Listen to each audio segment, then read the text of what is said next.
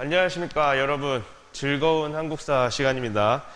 우리가 저번 시간에는 우리가 5단원, 중단원, 5단원 개항 이후 나타난 경제적 변화를 배웠습니다. 그것에 이어서요, 오늘은 경제 파트가 아닌 문화 파트, 사회 문화 파트라고 할 수 있는데요. 개항 이후에 어떤 사회적 변화가 있었으며 어떤 문화적인 변화가 있었는지를 오늘 살펴보도록 하겠습니다.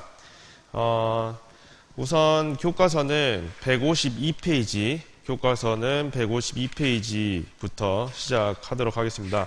오늘 수업은 6단원 다 마무리를 지어야겠죠. 이번 주 안에 6단원을 마무리하는 게 목표이기 때문에 6단원은 오늘 이 시간에 끝냈는데 6단원을 어떻게 끝낼 거냐면은 저번같이 5단원 같이 한번 끊겠습니다. 6단원을 어디까지 할 거냐면은 155쪽까지 내용을 먼저 하고 그 뒤에 나머지 것을 하도록 하겠습니다. 그래서 155쪽까지 하든지 157쪽까지 하든지 시간에 따라서 조금 결정을 할 거고요. 우선 필기를 따라오면서 교과서도 함께 봐주시면 될 것 같습니다. 어렵지 않겠죠? 그렇게 등교했을 때 원격 수업 하면서 댓글 달라고 그렇게 말을 했는데도 말을 잘 안 듣는 것 같아요. 그 댓글 다는 게 그렇게 어렵나? 안 되면은 실시간으로라도 해야 될 것 같습니다.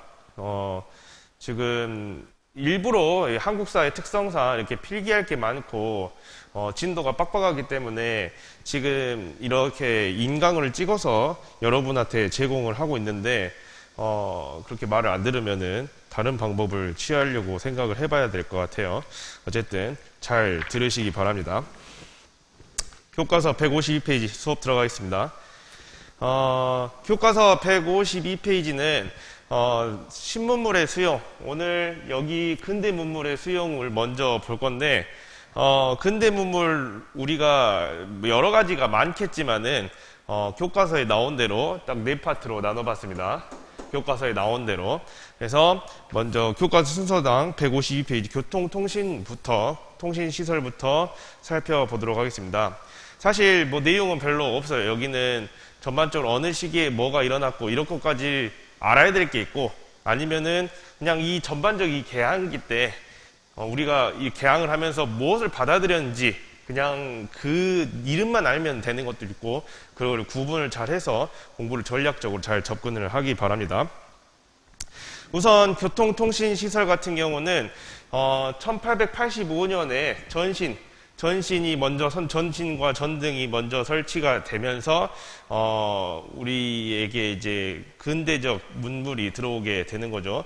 그리고 전화가 처음에 궁궐에 이제 설치가 되면서 이 시기에 이제 개화가 이루어지게 됩니다. 그래서 전신, 전등, 전화, 그 다음에 전차, 경인선, 그 다음에 경부선, 경의선, 알죠? 이것도 알아야 되나? 서울하고 인천, 그 다음에 서울하고 부산, 서울하고 의주, 신의주 쪽 해서 이렇게 이게 이었다고 해서 이렇게 각자 철도를 나타내고 있습니다. 이거는 사실 시기를 굳이 구분을 할 필요 없어요. 그냥 이 시기에 이런 게 들어왔다 정도만 알면 충분히 문제는 풀 수 있습니다. 모의고사든지 재문제든지요. 그래서 교통통신의 내용 볼 수 있고, 그 다음에 우편사무 같은 경우는 다 알죠. 우정천국이 이때 이미 설치가 됐었는데 언제 불타요? 갑신정변 때 불타게 되면서 계속 중단됐다가 다시 을미개혁 이후에 재개가 되었다. 그거는 그렇게만 알고 있으면 될 것 같습니다. 교통통신시설 같은 경우가 우리가 직접 만들어서 직접 가설하고 만들고 할 수가 없잖아요. 그러니까는 이거는 대체적으로 열강들의 이권 침탈과 관련된 부분이 많았기 때문에 민중의 반감을 많이 사기도 했습니다. 그래서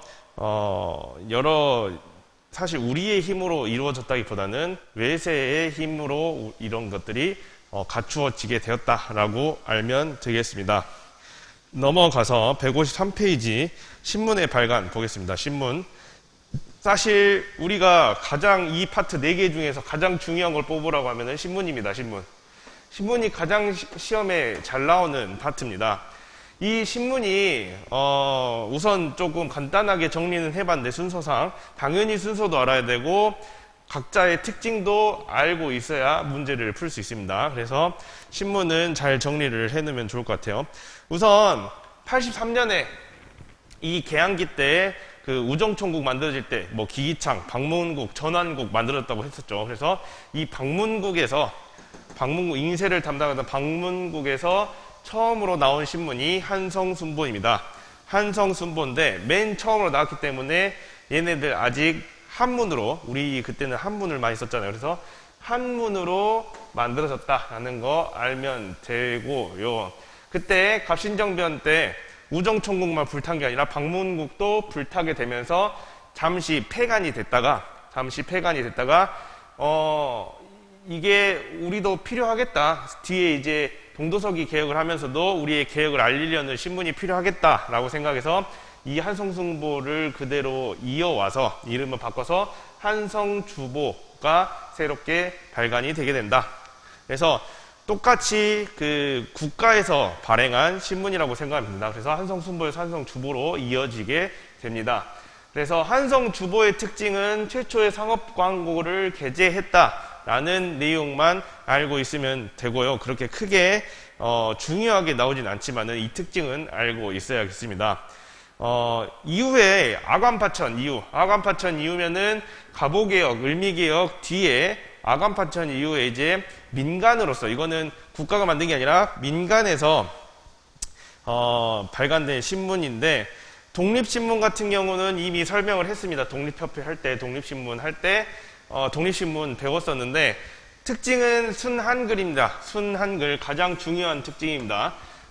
자세한 내용은 그 전 거 보면 되겠죠. 전에 독립신문에 대한 설명은 빼고 그냥 신문끼리 비교했을 때의 특징은 순한글 알아두셔야 되고,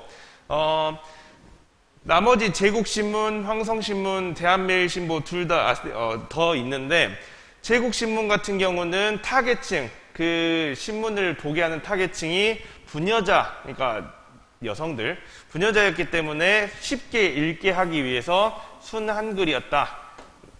알고 계셔야겠죠. 그래서 순한글이 이렇게 두 개 신문이 있었다라고 알고 있으면 되고요. 황성신문 같은 경우는 중요한 게 국한문 혼용입니다. 국한문 혼용인데 더 중요한 거는 나중에 장지연이라는 사람이 시리아 방송대곡을 게재했다라는 내용이 추가로 당연히 알고 있어야겠죠. 우리가 언제였죠? 최근에 배웠었죠. 우리가 방학 전에 시리아 방송대곡에 대한 내용은 배웠습니다. 129쪽에 있네요. 그 다음에 대한매일신보는 뭐 따로 적어놓은 건 없는데, 대한매일신보가 저번 시간에도 나왔었죠. 대한매일신보는 국채보상운동에 많은 도움을 줬었다라는 내용 알고 있어야 되고, 그 다음에 양기탁과 베델이 만들어서 활동을 했다. 그래서 베델이라는 사람은 영국인인데 옆에 있어요. 153쪽에 설명이 있는데, 발행인으로 이 영국인이 참여했기 때문에 일본의 간섭을 덜 받아서 여러 가지 활동을 수행한 신문이다라는 거 알고 있어야 합니다. 그래서 여기 있는 신문들 다 중요해요. 여기 있는 신문들 각 다 잘 나오는 신문들입니다. 잘 알고 있기를 바랍니다. 그 뒤에 이제 을사늑약 이후에 이제 뭐 이런 신문들이 항일 운동, 국권 회복 운동을 활발히 전개하면서 항일 의식을 고취하는 역할을 하고, 그 다음에 이런 만세보나 경향 같은 거는 신문이라기보다는 이제 잡지, 이런 그 주보라고 생각하면 돼요. 그래서 이런 것들이 나오게 되면서 여러 가지 시민 의식을 고취하고 항일 의식을 고취했지만은, 이것을 일본이 막기 위해서 신문지법 1907년에 신문지법을 제정을 해서 이런 것들을 탄압을 하는 모습을 보였다. 그래서 이때부터는 반일론조가 많이 억압되는 모습을 보였다. 그래서 신문 중요하니까는 잘 정리를 해두시기 바랍니다. 어디 학습지나 뭐 자기가 문제 푸는 것에 이런 거 신문 같은 거 잘 정리된 거 있으면은 꼭 참고해서 잘 보시기 바랍니다. 그 다음에 밑에 내려가서 근대식 병원의 설립 보겠습니다. 근대식 병원은 사실 이것도 그렇게 어렵지 않습니다. 여기는 이름만 대충 알면 됩니다. 그래서 맨 처음에 동도서기 개혁 때 광해원이 만들어졌는데 이름이 살짝 바뀌어요. 제중원으로. 그래서 이 광해원이 쭉 발전해가지고 만들어진 게 세브란스 병원입니다. 어디서 들어봤죠? 세브란스. 세브란스 병원이 연세대 병원이죠. 연세대. 지금의 연세대 병원. 그 연세대라는 그 이름이 연희 전문 학교. 그 다음에 이 세브란스 해서 연세입니다. 합쳐서. 뭐, 알고 있었겠죠, 당연히. 그래서 연세라는 이름이 이 세브란스 병원에서도 나왔다라는 거 알면 되겠습니다. 그래서 세브란스 병원하고 광해원하고 이렇게 다 연결이 되어 있습니다. 똑같은데요. 발전이 돼서 이렇게 세브란스 병원이 만들어진 거예요. 그 다음에 광무개혁 때 이제 국가에서 이제 만든 내부 관립의학교를 설립을 하고 이제 내부 병원을 설립을 했는데 그게 나중에 광재원이라고 이름을 개칭하게 됩니다. 근데 이 광재원은 이제 쭉 나중에 이건 발전된 게 아니라 일제의회에서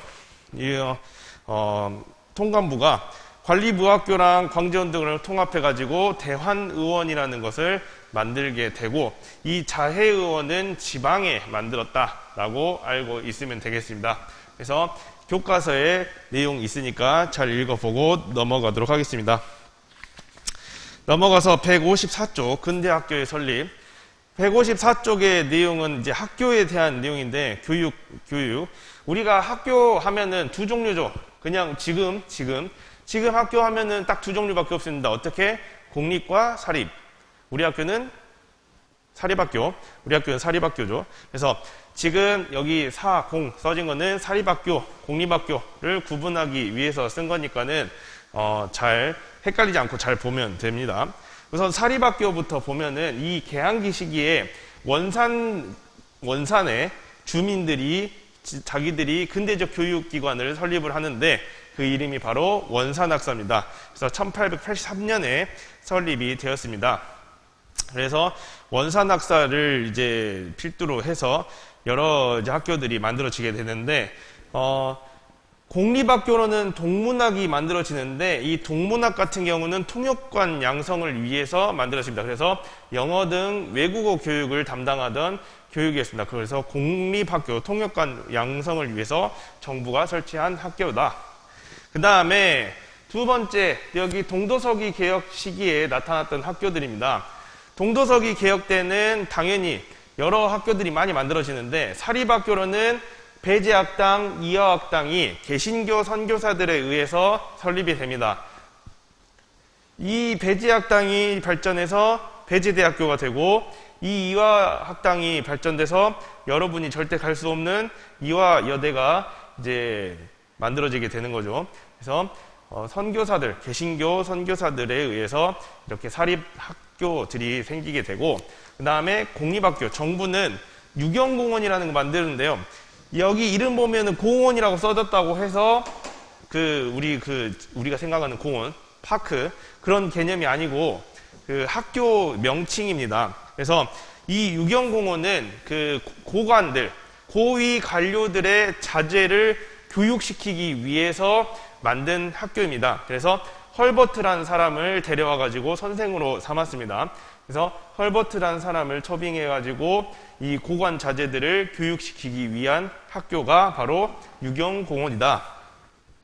이렇게 알고 있으면 될 것 같고, 갑오개혁 때 2차 갑오개혁 때 교육입국조서가 반포가 되죠. 2차 갑오개혁 때 가장 중요한 특징 중에 하나죠. 교육입국조서. 이 교육입국조서 반포로 인해서 여러 학교들이 만들어지는데 한성소학교, 한성 중학교, 그 다음에 한성사범학교, 외국어학교 이렇게 만들어지는데 다 뭐가 붙어요? 한성, 외국어학교 빼고는 한성이 붙습니다. 그래서 한성이 딱 붙은다. 그러면은 이 시기 때, 갑오개혁 시기 때 교육입국조서 반포로 인해서 만들어진 학교다라고 알면은 되겠습니다. 이게 어려운 내용은 아닙니다. 그래서 이렇게 학교들이 쭉 만들어지다가 나중에 국권 침탈이 심화될 때 여기 1905년 이후로 을상개혁 이후로 애국개몽 운동의 일환으로 애국개몽 운동 우리가 배웠었죠. 애국개몽 운동 일환으로 대성학교, 오산학교 등이 만들어집니다. 이거 어디서 배웠었죠? 우리가 신민회 할 때 배웠었죠. 신민회 배웠을 거예요. 기억이 안 나면 저 앞에 책을 보면 됩니다. 그래서 대성학교는 안창호가 평양에다 만든 학교고, 그 다음에 오산학교는 이승훈이 정주라는 곳에 만든 학교입니다. 그래서 이렇게 항일 의식을 고취시키는 학교들이 점점 늘어나게 되니까는 일본이 이것을 막기 위해서 사립학교령을 제정을 해서 이것들을 탄압하게 된다.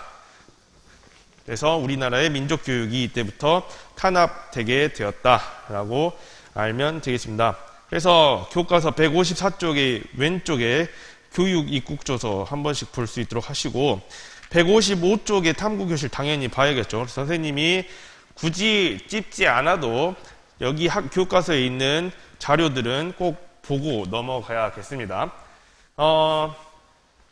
우리가 지금 교과서 155쪽의 내용까지 했는데요. 지금 156쪽과 157쪽도 사회 변화의 모습입니다. 지금 여기 먼저 이제 살펴보면 여기는 말로만 할게요.